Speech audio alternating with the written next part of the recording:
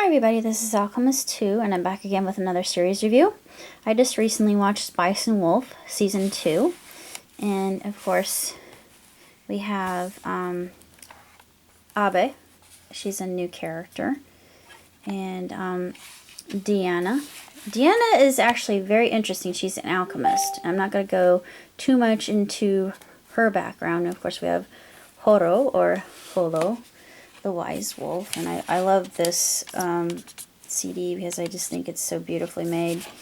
And this whole jewel box is from Malaysia. That's the only way I could get it, and it's just, it chronicles the continuing adventure and quest of Craft Lawrence and Horo the Wise, and he's trying to figure out her origin. And she came from a village in the north, and she doesn't really recall where that is. But along the way, they come into great peril, and there is another rival. There's a rival that comes into view. His name's Amarty, and he is a very ambitious young man who has it set in his mind that he will win Horo. And I thought, oh no, please. And yeah, some interesting things started to happen, but Horo is very crafty, and we all know this to be true from Season 1. And I really liked Season 2, even though it ended on a bit of a cliffhanger. And I was wondering if there would be a Season 3 with how Season 2 was ended. I'm not going to say how, what the circumstances were, but it leaves you hanging, and you think, well, now what? How could you? Why? But it's not exactly a happy ending, but it is one that leaves the viewer just wanting more. And you think, why couldn't they have resolved it? But it's more about the journey and not the destination. And it's a love story in the purest sense of, it's an allegory for all of that. I do believe just the uncertainty in the market and its capricious nature, and how unreliable it is, and buying on credit, and all there's so much that is involved in this series that just really taught me quite a bit about what it was like. I mean, even if this wasn't in retrospect, any kind of era that we had here on Earth, but just a totally different setting, another realm, a fairy tale kind of realm. And I don't know if this is Europe or where this was exactly, because it seems like maybe it was Europe due to all the rather anglicized names and very romantic sounding surnames. I don't know. I'm not for certain of this. This is just theory.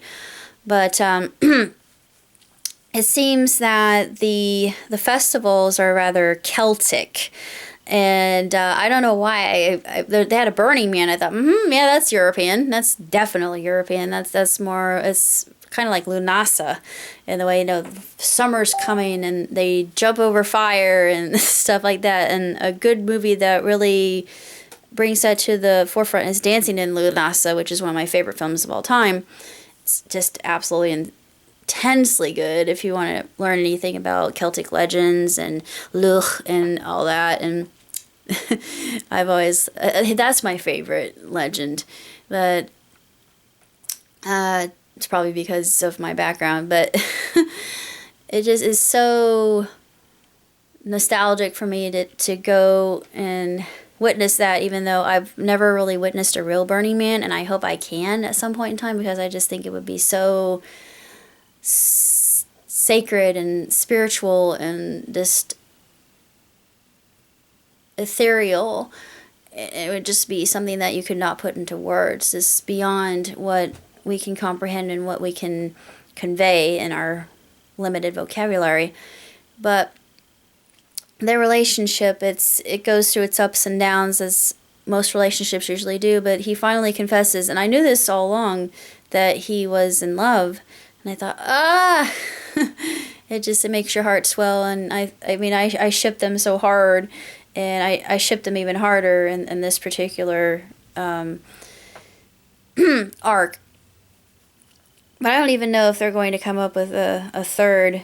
But it's more of a relaxed anime due to the fact that the action that happens is mostly what goes on in the market, and that might not all seem that exciting, but there are some other things that are going on underneath the surface that, yeah, in this particular arc, it's very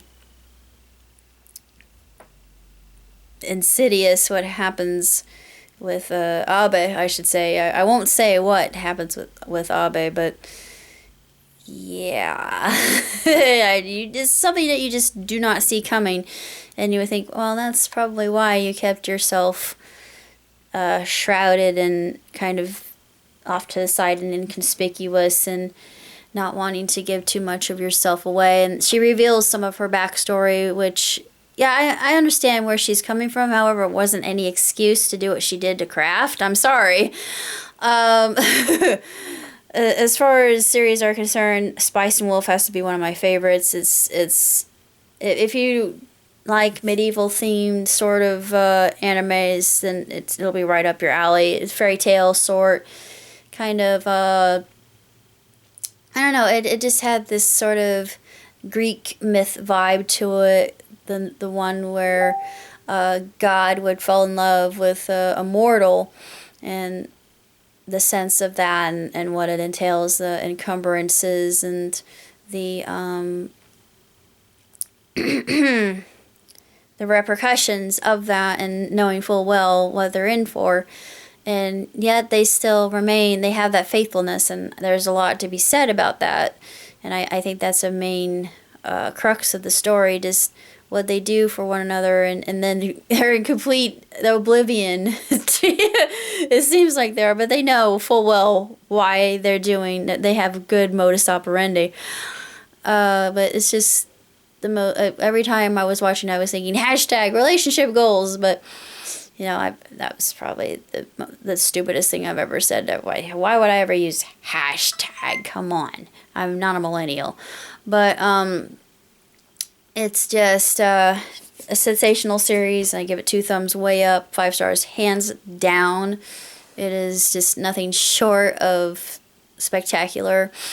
And and the animation is absolutely beautiful. The scenery is gorgeous.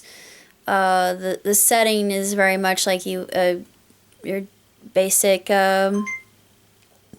Germanic towns. It just seems like something that would be located in the middle of Europe somewhere. It's very quaint villages that you see them go through, and very Irish or Scottish. I'm not really sure.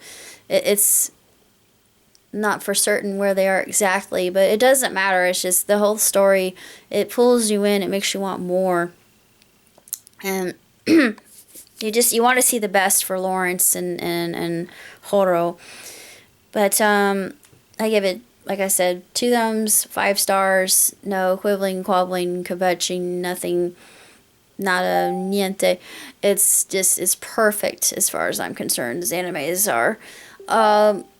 Theme song for the second season is even better than first. Even the ending theme song, I like the second ending theme song better in this one versus season 1, because season 1's ending, even though I did enjoy it, it was kind of a little bit grating on the ears. That's pretty much all I gotta say about Spice and Wolf. So until next time, live long, prosper. Ciao today. Bye, sister.